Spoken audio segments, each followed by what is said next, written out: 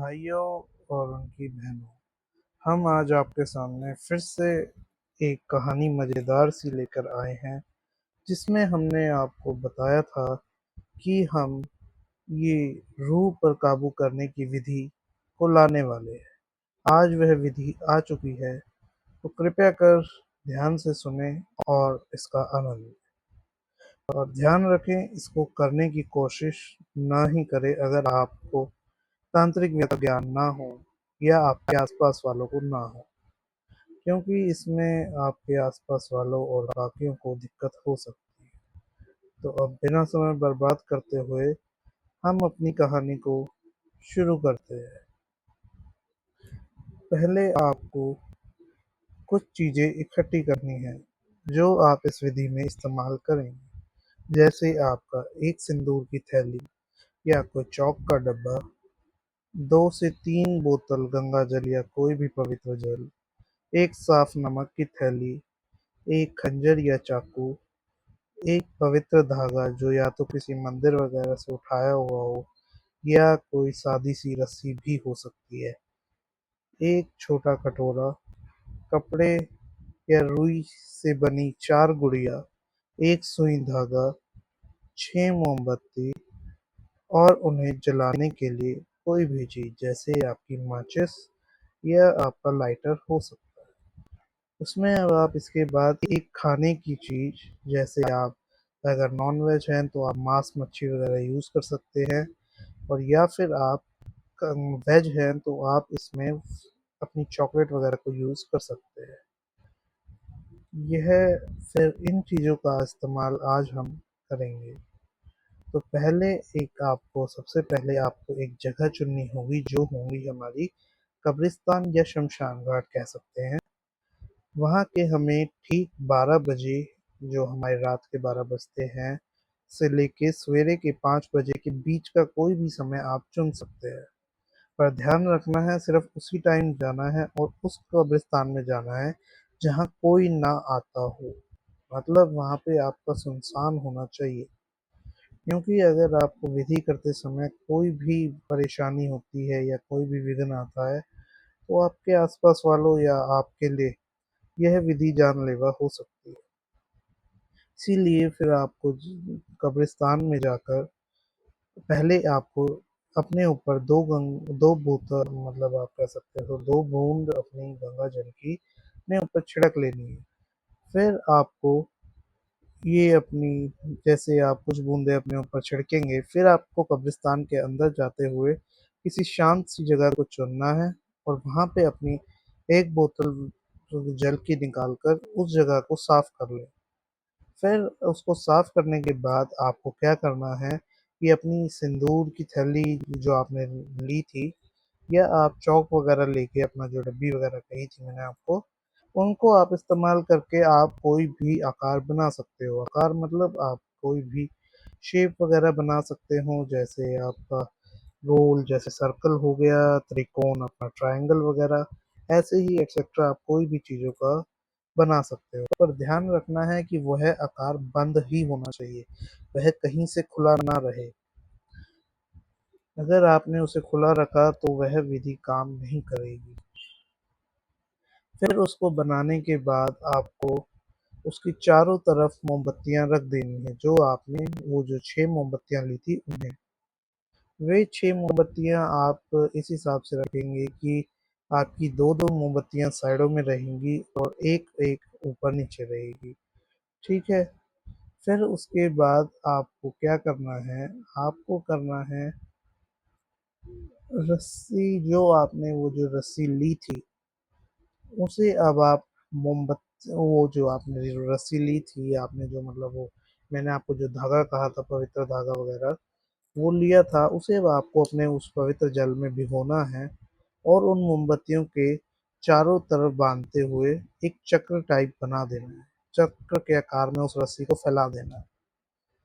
फिर आपको क्या करना है, फिर आपको एक छोटे कटोरे और खंजर को बाहर निकाल कर ज़मीन पर रख लेना है।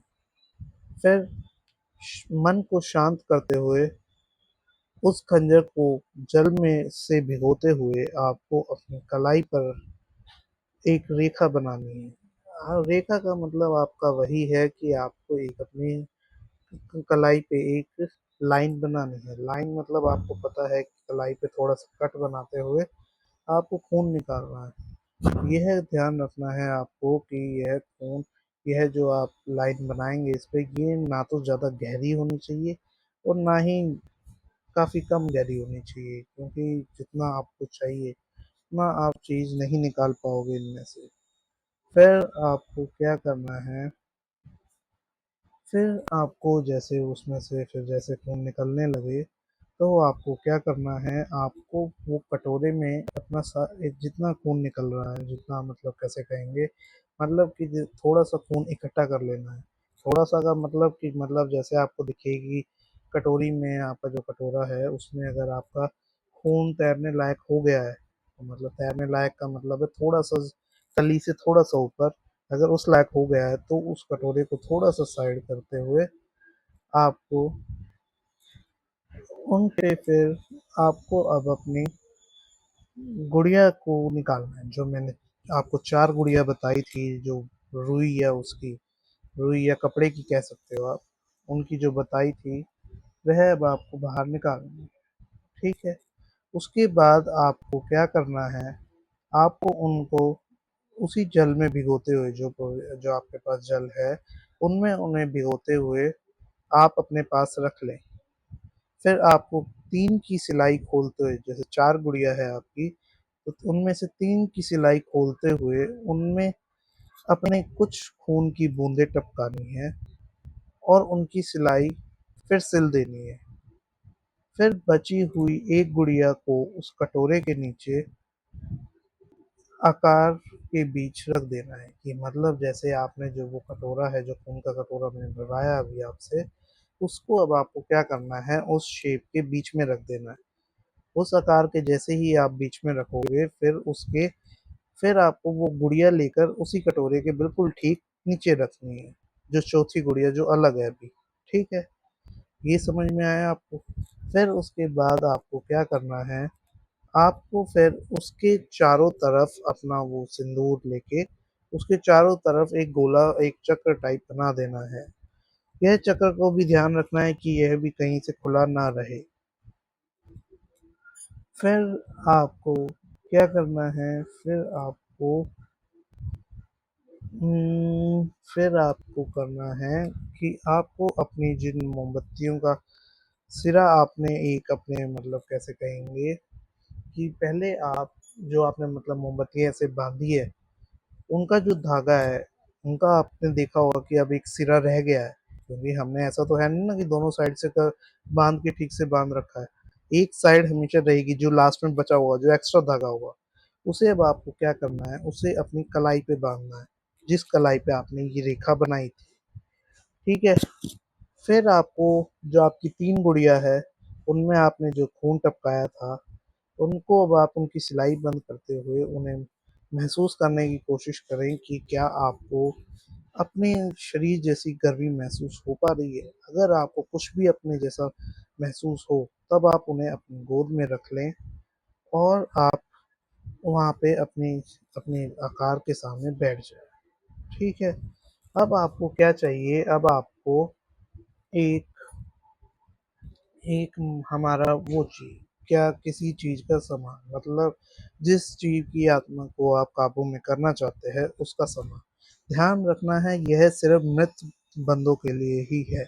अगर आप जीवित बंदों के लिए करने की कोशिश करते हैं, तो हमारा कोई भी सहयोग उसके लिए नहीं रहेगा, और मृत के लिए भी सिर्फ़ उन्हीं के लिए होता है जिन्हें आप जानते हैं। तो यह कुछ बातें हैं जिन्हें आपको याद रखना होगा। फिर आपको उनकी किसी एक चीज़ को उस गुड़िया और उस कटोरे के ठीक बीच में रखना है। ऐसा नहीं है कि आप उस किसी व्यक्ति का, मान लीजिए आपका कोई बड़ी-सी चीज़ है, तो उसे आप रख रहे हैं, वो चीज़ नहीं करनी है आपको।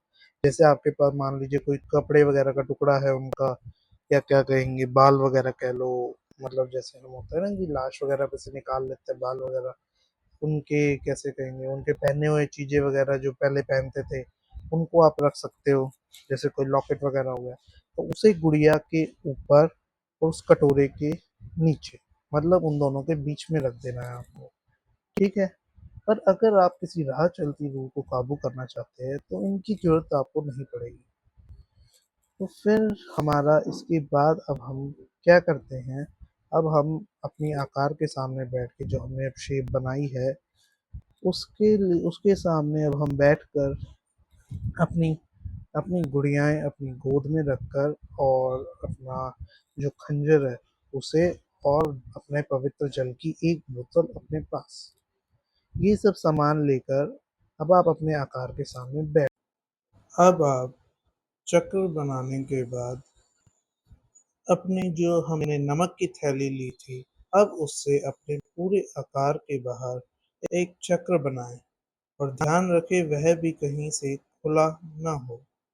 फिर उसे फिर हमें मोमबत्तियों के को धागे में जिस धागे से हमने मोमबत्तियों को बांधा था, उन धागों का अब एक सिरा हमारे पास बचा हुआ है। उस 10 बचे हुए सिरे को अब हमें रेखा वाली कलाई पे बांधते हुए उसे वहीं बैठ जाना है अपने आकार के सामने। फिर कुछ समय बाद मन लगाकर शांत करके, मतलब हमारा कहने का मतलब है कि अब कुछ समय ध्यान लगाएं और मन को शांत करते हुए अपनी तीनों गुड़िया, खंजर और एक बोतल जल जो अब को अपनी गोद में रखते हुए हम मोमबत्तियों को जलाएं। और अब आपको उस व्यक्ति पर ध्यान लगाना है जिस व्यक्ति की रूह को आप काबू करना चाहते हैं। ध्यान रहे वह व्यक्ति मृत ही होना चाहिए। और हमारा अगर आप किसी किसी एक व्यक्ति विशेष को नहीं करना चाहते हैं काबू में, तो आप सिर्फ इतना सोचें कि आसपास वाली जितनी भी रूह है उनमें से कोई भी मेरी मदद करना चाहे। आप इन्हीं बातों पर ध्यान लगाते हुए वहां बैठें। फिर अगर आपको कुछ समय बाद महसूस हो कि कोई आपको देख रहा है, तो आप समझ जाएं कि आपकी विधि ने काम करना शुरू कर दिया है। यह चीज़ समझकर आपको डरना नहीं है और आपकी विधि को आगे बढ़ाना शुरू करना है। इसके में अब आपको, यदि आपको उसके बाद अगर ऐसा ध्यान लगाते समय ऐसा महसूस हो कि आप कुछ कमज़ोर होते जा रहे हैं, तो अपनी कलाई वाले धागे को थोड़ा-सा हिलाते हुए अपनी गुड़िया पर हाथ लगाएँ। वह गुड़िया जो आपकी गोद में है। यदि वह गुड़िया आपको ठीक महसूस होती है, तो यह साफ है कि विधि का अगला चरण शुरू हो गया है, जिसमें आपकी प्राण ऊर्जा जो अब आपने अपने आकार के बीच रखी थी, जो हमने अपनी शेप के बीच में रखी थी, वह अब आकार के साथ मिल रही है। पर यदि आपको अपनी गुड़िया ठीक महसूस ना हो, तो उस खंजर को पकड़ें जो आपने अपनी गोद में रखा था।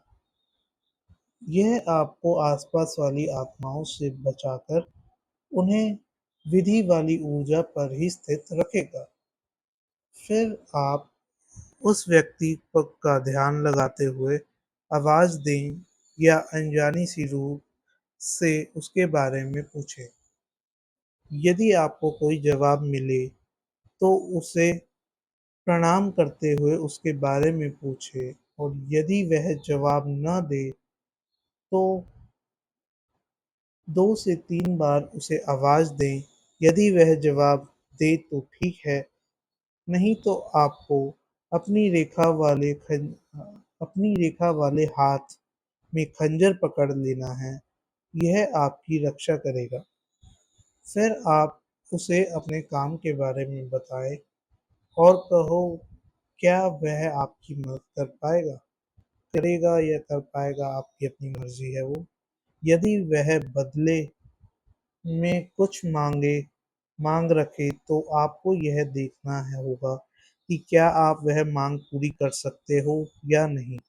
अगर नहीं कर सकते हो तो उसे मना करते हुए उससे बेहतर चीज़ की बात करें, कि मतलब जैसे हमने उसे आपको उससे ज़्यादा बेहतर, उसने जो चीज़ आपसे मांगी है उससे ज़्यादा बेहतर चीज़ की आप उससे बात करें। और वह जब आपकी बात में आ जाए तब आप अपने सामान में से वो खाने की चीज़, वो जो मांस वगैरह या चॉकलेट वगैरह जो मैंने आपको बताई थी, उनको निकाल कर अपने हाथ में रखें। यह चीज़ें हमारे लिए आम हो सकती है, पर उनके लिए यह काफ़ी खास होती है। तो वह ज़रूर आपकी बात मान जाएगा, और बात मानते ही आपको उसे उस गुड़िया में आने के लिए कहना है। वह शुरुआत में काफ़ी बहाने बना सकता है, पर आपको मन को शांत रखते हुए उसे अंदर आने के लिए उकसाते हुए उसे अपने खाने खाने की का लालच देते हुए अंदर ले आना है। फिर वह अब जब मानेगा तब आप उसे विश्वास दिलाने के लिए बीच में रखा जो छोटा कटोरा है उसे आप तोहफे के तौर पे उसे दें। आपको सिर्फ उसे यह कहना ही है, आपको अपनी जगह से नहीं हिलना है। वह प्राण ऊर्जा से भरा कभी कटोरा कभी भी नहीं छोड़ेगा, और वह जैसे ही उसे पीकर वहाँ वापस रखने की कोशिश करेगा, वैसे ही वह उस गुड़िया में खींचा चला आएगा, क्योंकि पूरी विधि में आपके उस कटोरे की प्राण ऊर्जा से ताकत खींच रही है। और अगर वह उसे खाली करके वहीं रखे तो यह विधि प्राण ऊर्जा की जगह उसे खींचना शुरू कर देगी। इसीलिए हमने वह गुड़िया ठीक उसी के नीचे रखी थी, और वह खिंचाव हमेशा इतना ताकतवर होता है कि वह उससे भाग नहीं पाएगा, क्योंकि आपका आकार बंद होने और उसके बाहर पवित्र धागे से बंधी मोमबत्तियां होने के कारण वह भाग भी नहीं पाएगा, और वह नमक का चक्र भी उसे रोकने का ही काम करेगा। फिर उसके पास उस गुड़िया के में जाने के अलावा कोई रास्ता नहीं बचेगा, क्योंकि अगर वह ऐसे ही वहीं खड़ा रहा तो वह विधि उसे प्राण ऊर्जा समझ खींचना शुरू कर देगी, और मरे होने के कारण उसके पास प्राण ऊर्जा की भी काफी कमी होगी। तो या तो वह खुद को खत्म करने के लिए वहीं खड़ा रहे, या फिर उस गुड़िया में अंदर जाने के बाद वह भागने की कोशिश करे। पर वह अगर ऐसे भागने की कोशिश कर सकता है तो हमें अपनी कलाई की रस्सी को संभाल के पकड़े, और फिर उसके अंदर जाते ही ध्यान रखें कि अब प्राण ऊर्जा का स्रोत गायब होने के कारण विधि काम करना काफ़ी कम कर देगी। तो आपको बस अब विधि को समाप्त करते हुए उस गुड़िया को बीच वाले चक्र से अपनी कलाई वाले धागे में लपेटते हुए उसे उठा लेना है। फिर उसे वह खाने की चीज़ दे, और वह खाते ही उस रस्सी को उस गुड़िया पर कस देना है, और उसे अब अपने पवित्र जल से डराते हुए उसे अपने पास रहने के लिए मना लेना है। मतलब सिर्फ उसके आपकी बात मानने से ही है, तो आप चाहे उसे लालच से रोकें या डरा कर, उसे अपने पास रोकना ही पड़ेगा। लालच आपको सिर्फ खाने-पीने की चीज़ों का ही देना है, और यदि आपने उसे खून या ऐसी किसी चीज़ का लालच दिया तो वह तामसिक मानसिकता का हो सकता है, और यह खतरे की निशानी है। तो उसे सिर्फ खाने की ही चीज़ों का सामान दें, और उसे समझाने डराने या लालच के बाद जब वो मान जाए तब उस आपको धागे को जल में भिगोते हुए, जो आपके पास धागा है उसे जल में भिगोते हुए अपनी खून की कुछ बूंदें उस पे टपकाते हुए, धागे पे टपकाते हुए उस धागे को उस गुड़िया की सिलाई खोलते हुए उस गुड़िया के अंदर डालकर महसूस करना है कि क्या वह धागा एक रस्सी की तरह उस गुड़िया को बांध कर रख सकता है या नहीं। ये बात पक्की करने के बाद कि वह धागा उसे रोक सकता है या नहीं। अगर वह रोक सकता है तभी आप उसकी सिलाई बंद करें और अपनी बाकी की गुड़ियाओं की जांच करते हुए विधि को पूरा करें। वैसे तो वह विधि गुड़िया के उठाते ही आप अपनी ताकत खो देगी, तो आपको बिना किसी चिंता के विधि को पूरा करते हुए वहाँ पवित्र जल छिड़कते हुए सब चीज़ें धो अपनी सारी चीज़ों को धोकर वहाँ से आ जाना है। और ध्यान रहे खंजर हमेशा आपके पास ही रखा होना चाहिए, चाहे विधि पूरी हो या नहीं। यह आपकी सुरक्षा का सबसे अच्छा हथियार है, जो आपको भागने का मौका दिला सकता है। अब आपकी यह विधि पूरी हो गई है। अब आप उस रूह का इस्तेमाल कर सकते हैं, पर हमेशा आपको उस रूह का ख्याल रखना होगा और उसे कभी अपने से दूर नहीं करना होगा और किसी व्यक्ति को उसे छूने भी ना दें, नहीं तो आपको और उस व्यक्ति को काफ़ी कुछ झेलना पड़ सकता है। आपको उसे एक जीव की तरह पालते रहना होगा, नहीं तो या तो वह नष्ट हो सकती है या फिर आप पे हमला कर सकती है। आप उससे अपनी सुरक्षा और बाकी के काम करा सकते हैं और यह काम रूह की ताकत पर निर्भर करते हैं। अगर वह रूह ताकतवर हुई तो वह आपकी दुनिया के साथ सीधा छेड़छाड़ करके आपके बड़े काम कर सकती है।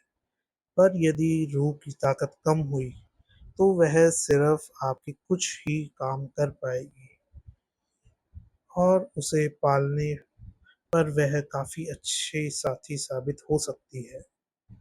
तो अगर आप उसका ध्यान रखेंगे तो वह आपका भी ध्यान रख